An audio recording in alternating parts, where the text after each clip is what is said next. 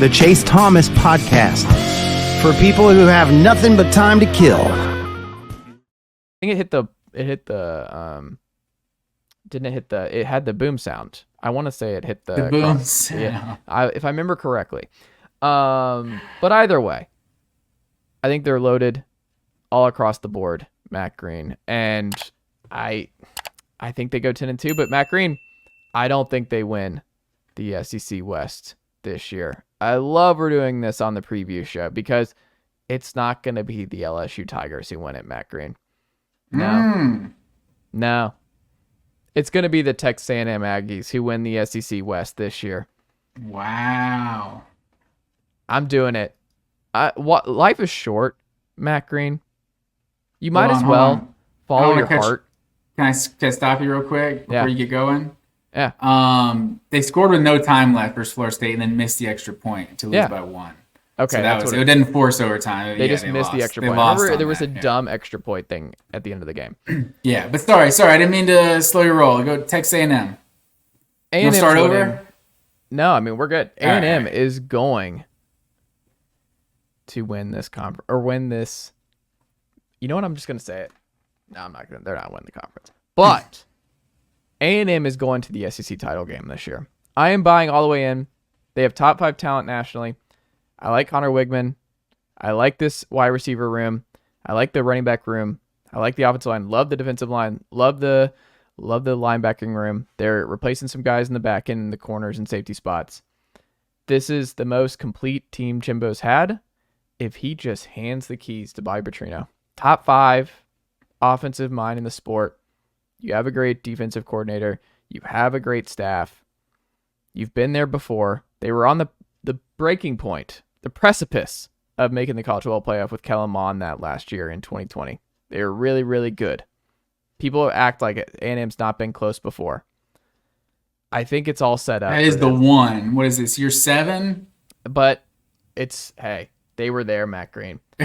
And I think they are going to be there once again with the A&M Aggies and the Georgia Bulldogs meeting in the SEC title game. That's what I'm going to say. I'm going to say we get A&M who goes 11-1, Matt Green, with their one loss being to the Tennessee Volunteers in Neyland Stadium, which I think will be the game of the year in the SEC. I am going to say Petrino's bunch and Connor Weigman and what that fan base, 200,000 seat stadium fan bases going at it. It's going to be fun. I think this is going to be a top 10 defense. And I'm believing in Petrino getting the keys.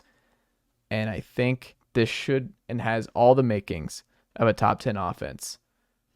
I think this is the year they break through in our elite. I think the Aggies win the West. This is the year they break through. If not now, when Texas A&M win. So I might as well do it. I'm going Aggies to win the SEC West and beat Bama at home and also beat LSU. I'm not gonna lie. I'm a little upset with you over here. I feel like you stole my thunder a little bit, just a little bit here. Oh, no. I've been drinking the Bobby Petrino Kool-Aid for a while, sir. I feel like I've talked you into the Bobby Petrino. Oh, wow. No, but I'm right there with you. I think Bobby Petrino is one of the best offensive minds in college football over the last 2 decades. And I think there's a reason he was brought into Texas A&M to fix this offense. And this is the best wide receiver core in the SEC, in my opinion. They're just loaded with weapons. The defense is what I'm not as sure about. They were first in the SEC in pass defense last year. They were also 14th in the SEC in run defense. So, yeah, you're not going to pass on teams that you can just run all over. So they have to get better against the run. We saw what that recruiting class was, especially what they recruit on the defensive line a couple years ago. These guys are going to be sophomores. Now you're going to see, the fruits of that recruiting class a little bit more, kind of how you were talking with Alabama's 2023 class. This 2022 A&M class is the one that's going to make a difference on the field this year. Connor Weigman, I'm on board with Connor Weigman. I think he's going to be one of the better quarterbacks in the SEC this year. I'm not going all in on them winning the conference. I do think this is a 10-win team this year. I think we're going to see, that's my bold prediction. Uh-oh. I think we're going to see 3 SEC West teams go 10-2 this season. And so I don't have A&M in the SEC championship, but I am going over on the 8.5. I think the 8.5 is easy. I think this is going to be a really good team this year. And I don't even know that A&M is, I don't even know that Tennessee is one of those losses. Oh, wow. Here's the reason they're losing to Tennessee. They're playing Alabama the week prior at home. There's no off week in between those 2 games for A&M. To have to do that, to play Alabama's style, and then to win, I think, in a grinded out, like it's going to be a physical, just brutal gladiator clash, to then have to go and play potentially the best offense in college football once again the following week inside Neyland, where that might be where game day is at that point. I think it's just going to be rocking, and it's going to be an unpleasant atmosphere for A&M, and it's just going to be really hard for them to get up off the mat and beat A&M and Tennessee, or beat Bama and Tennessee in back-to-back weeks. I think that's just going to be too much for them. But then you look at it after that. The Miami game is, I think, the biggest one. If they go to Miami and beat the crap out of the Canes, and like that's how they kick things started, it's like, oh, they're taking this. Petrino's got the keys.